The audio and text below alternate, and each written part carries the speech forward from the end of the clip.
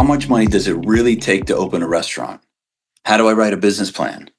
How do I find good staff? How do I keep good staff? How do I market my restaurant before opening? And how do I know if my restaurant is going to make money? Those are the answers we're going to dive into and answer for you on today's episode of the Restaurant Incubator. My name is Brandon Sharp. As an executive chef, I earned 7 consecutive Michelin stars. Now I own and operate 3 restaurants in Chapel Hill, North Carolina.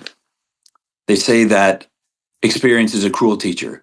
She gives you the test first and the lessons later. Well, I created the Restaurant Incubator podcast so that when the restaurant industry tests you, you will have had the lessons and you will know the answers. Let's get straight into today's episode. So, these are the top 5 questions that I get from aspiring restaurateurs, from first time owners who are on their way up and they're on the cusp of opening their first restaurant. And these are big, important questions. The first one, how much money do I really need to open a restaurant? Great question. There are a couple of ways to tabulate this. One is looking at cost per square foot. Now, you can do this as an all-in cost or you can do it as a construction cost. So I would say for construction only, you probably want to budget, depending on your concept, between $150 and $300 per square foot for construction. That depends on the extent of your build out for sure. If it's a turnkey restaurant, construction costs will be very low. If it is a complete gut job and a complete reconcepting, construction costs are going to be quite high, maybe even as much as $500 per square foot. Now, you can also add on equipment to that. You can add on labor. You can add everything to that. And you can say, well, I think it's going to cost $600 a square foot. But there are more accurate ways to do it. So start with the $300 or so per square foot for construction.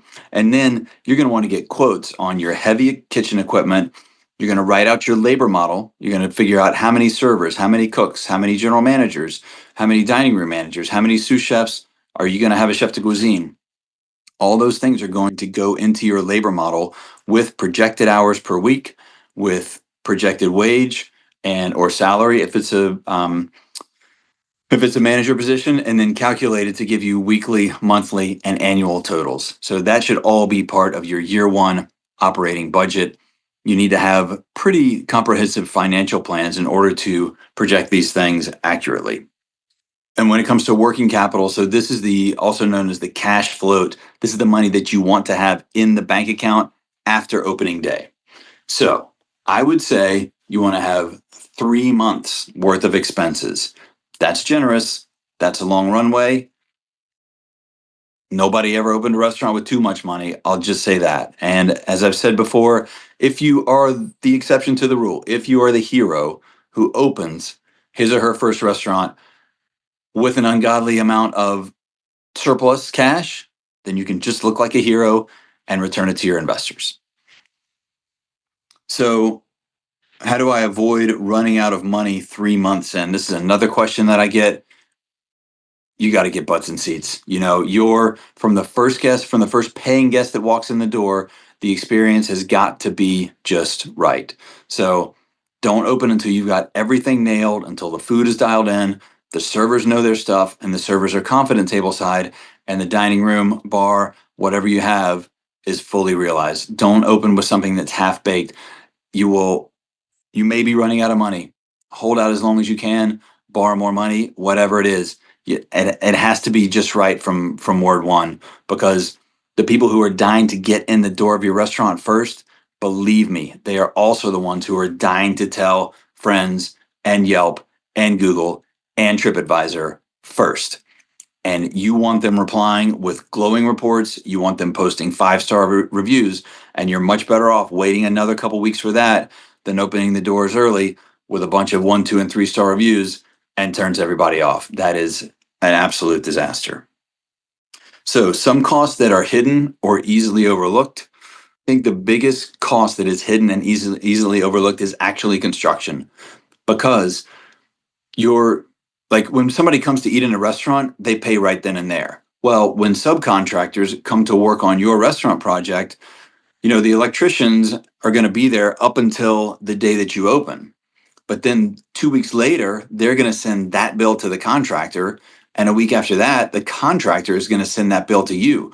So construction may be done. Maybe they're knocking out a punch list or something like that and just doing little odds and fixes here. But you may continue to get big construction invoices 1, 2, 3 weeks, 4, 5, 6 weeks into your operations. And I would say that is the biggest hidden cost. All right, the next question that I get a lot is, how do I write a business plan that actually works? Your business plan starts with your mission statement, and your mission statement is your why. So things like, what need does this restaurant fill, or who does it serve? They're not really why questions. They're a little bit strategic. They're a little bit demographic. So the question that you need to answer with your mission statement is, what problem does this business solve? All successful businesses solve a certain problem, maybe for a wide swath of the population, maybe for a very particular avatar, but you need to have a very clear answer to that question of, what problem does this restaurant solve? That needs to be at the very top of your business plan.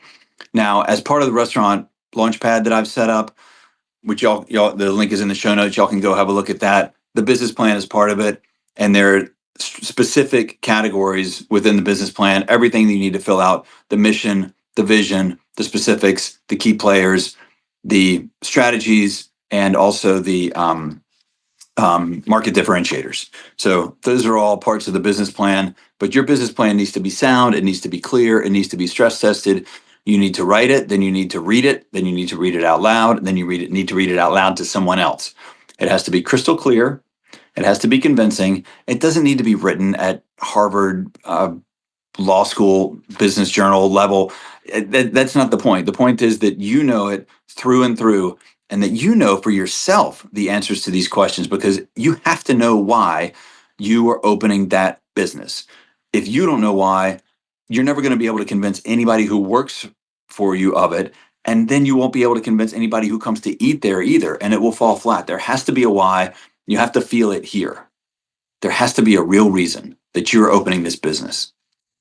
So the investors, the bankers, the lenders, the landlords that you are going to talk to, they are going to want a clear concept. So keep that in mind.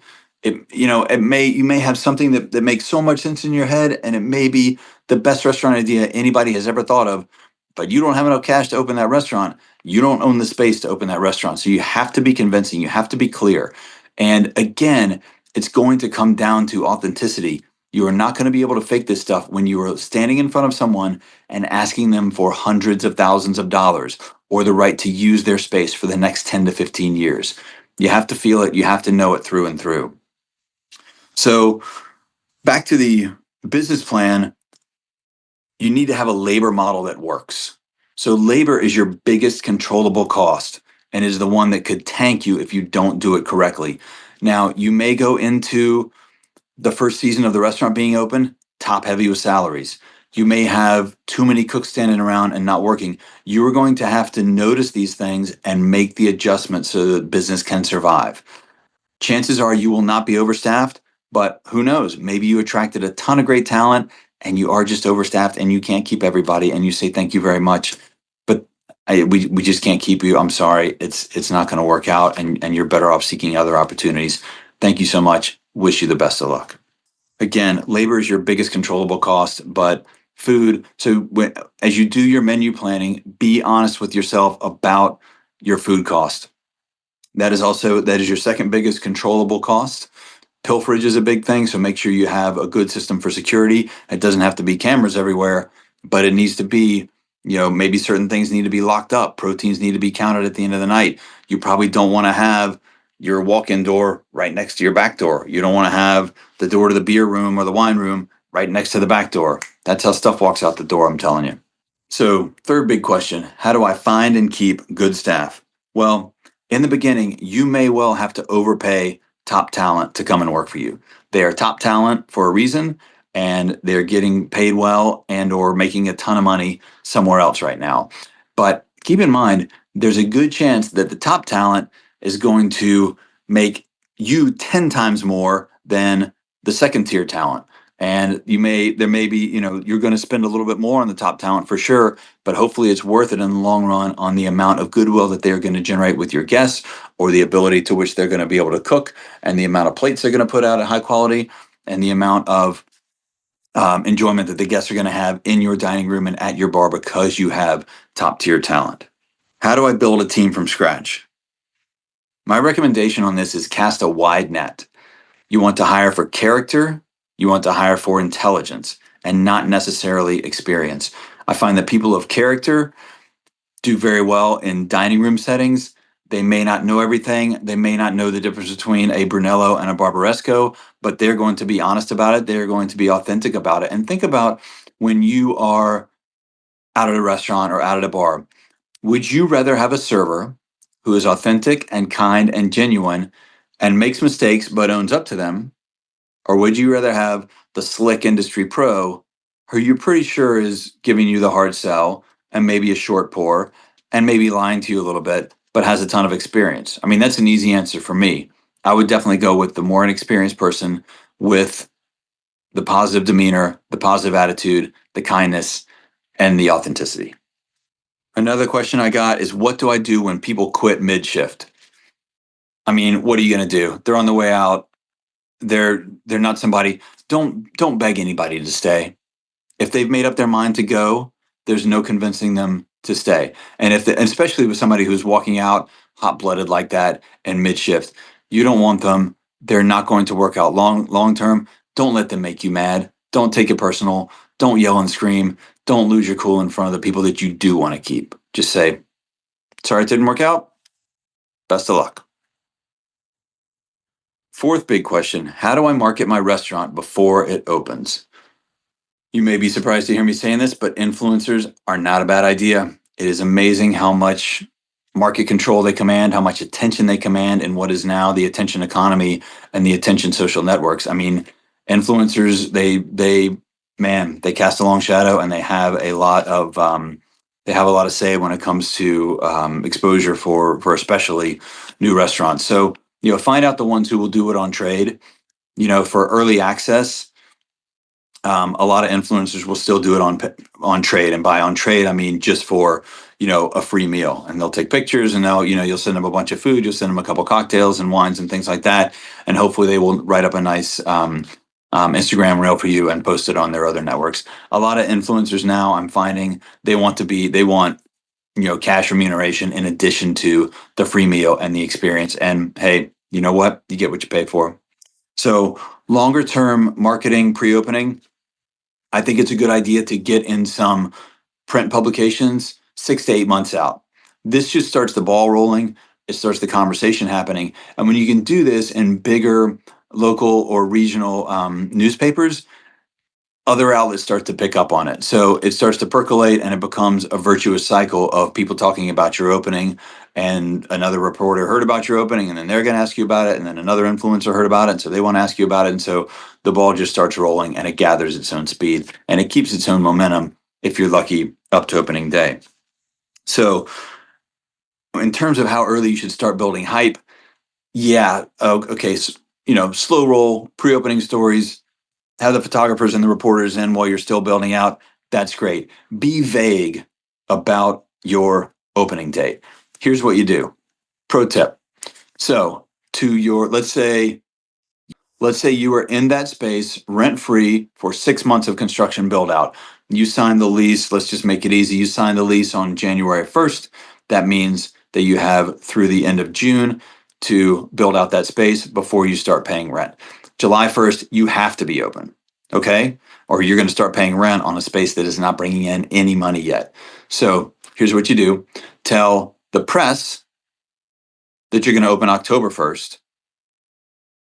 Tell the contractors that you need to open May 15th, or you're going to have to start paying rent, because construction is going to take longer than you want, like it or not. If there's only a month delay, you'll be open halfway through July, and you'll be open before you technically need to start paying rent. It'll probably be prorated, and you'll pay for rent by the day on a prorated basis as soon as you open. That will probably be part of your lease. But then, who in the hell has ever heard of a restaurant opening early? No one. They all open 1 month, 3 months, 9 months late. And this is a huge marketing mistake. A lot of restaurants recover from it, but some never do, and they just end up looking like idiots. So if you told the press that you were going to open on October 1st, and here you are open on July 15th, you look like a fucking genius. You look like the smartest restaurateur that ever lived. So that's my strategy. Have some different dates. Now, the ones that you have to be honest about with, because it's going to be working with your staff, whom you want to establish a bond of trust with from the very first time you make contact with them in the interview process. Yeah, and you also are going to be spending real money to train them. You have to figure out exactly when you want to bring them on board. Maybe you need to bring the chef and the GM on board 6 months ahead of time or 3 months ahead of time, but maybe that wait staff only needs to come on board, 9 days, maybe 7 days, maybe 2 weeks ahead of time, depending on the complexity of your menu, the extent of training, and how much soft opening you're going to do. And also, I got the question, what do I post if the space isn't ready yet? Well, the best you can do is make lemonade out of lemons on that point, right? Say, do some behind the scenes stuff, do some construction, do some blooper reels, whatever it is, but you can keep posting on that. You can show stuff from the test kitchen. You can do menu sneak peeks. You can do teasers of different dishes. You can introduce the staff, any of that stuff, but keep building anticipation, keep the conversation alive, because if you stop posting, people will wonder what the hell happened. I don't know. They went dark. I guess they're never going to open. So keep posting, keep building the anticipation, keep it positive. The day will come. And the last big question might be the biggest. How do I know if my restaurant is going to make money? So I understand there's a lot of fear around this point, and it is not unfounded. So the best thing you can do to give yourself assurance from the beginning is make sure you are writing a sound financial plan. So your year one operating budget, it needs to be comprehensive. You really need to be honest with, you need to take your menu and you need to say, okay, everybody's going to have a first course, and this is the average cost of the average price of the first course. Everybody's going to have an entree, and this is the average entree price. Half the people are going to have dessert, and this is the dessert price. So I'll put half of that. Everybody's going to have a glass and a half of wine.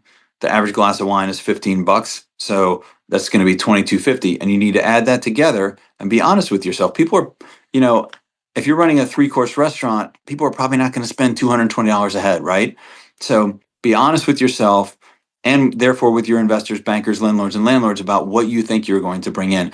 There is no point in over-promising something that you cannot deliver financially. It will be much, much worse for you on the back end if you have promised these people all this stuff and then you end up not delivering. They will not respect you as a business person. They probably won't believe anything else that you're saying. So be honest with yourself when you are building these financials. That is the most important. That is the best way to figure out if your restaurant is going to make money. And all that needs to be done before you take a single dollar. I want to be clear about that. All that budgeting, that all needs to be done way, way, way ahead of time. There's also a link in the show notes. There's a 10-second budget builder in there. Click the link for 10-second budget builder. I will send you it for free. It's powerful, but it's simple, and it can give you, there are 4 different ways to calculate your year one operating budget in 10 seconds or less from the budget builder. So back to the finances, I would seriously recommend not reforecasting in year one for year one. So reforecasting is something that bigger institutional restaurants, chains, and hotels do within the year. So by the time April or May rolls around, they can the CFO can kind of see which way the wind is blowing and how the operation is going to hold up over the course of the year according to the budget that was written, in fall or winter of the year before. And that's when they start reforecasting. So reforecasting is a method of rewriting the budget without changing the bottom line. So this is charting a different course to get to the same NOI, the same net operating income, the same profit at the end of each month, and especially at the end of each year. So revenue numbers can change, cost numbers, all sorts of stuff can change in there, and there'll probably be a lot of cost cutting that's going on, and some things that are nice to have, like travel or meals or new uniforms or whatever it is, usually goes away in the reforecasting process. So don't worry about reforecasting in year one. I urge you to still try and nail that same budget, especially at the bottom line in year one. Maybe you're going to be way under for revenue at the top line. Well, you need to cut labor and you need to trim food costs and you need to figure out some other cost savings to get to that number at the bottom line. Again, you were trying to establish a bond of trust with your investors, and the currency of that bond of trust is going to be the money that they invested in you, and they want to see a return on it, and it needs to be at or very, very near what you promised them. So stick to that budget in year one. For year two, you can change it a great deal. But remember, 6 or 9 or 12 months or maybe 18 months ago, you gave those investors the year one operating budget. So at least do them the favor of trying to nail that and sticking to that in year one. I know I'm repeating myself on that. It's a huge point. It will make you look like a pro when it comes to finances as opposed to an amateur. If you are unsure, if you are afraid that your pricing and your concept is not going to hold up, hopefully you did the right thing in the beginning, like I said in question one with your mission statement, and you created a business that delivers value, delivers quality, and truly answers a question. It really fills a need in your marketplace and it solves a problem for your avatars, for your prospective guests. So on that point, I urge you not to change too many things at once. Don't panic. If you start changing a bunch of variables, you will not know which one is working and which one is not working. So stick to the concept, believe in the concept, and just nail the basics. Nail the food, nail the service, welcome people in, wish them well on their way out. Make sure the hot food is hot and make sure the cold food is cold. So few restaurants even do that or greet their guests with a smile. So thanks for tuning in to the Restaurant Incubator for this episode. If you got value out of it, please hit the drop down, give us 5 stars on Apple, give us 5 stars on Spotify. Those ratings go a long way in helping a brand new podcast like this one really reach the right people. So best of luck out there, y'all. Stay humble, stay hungry.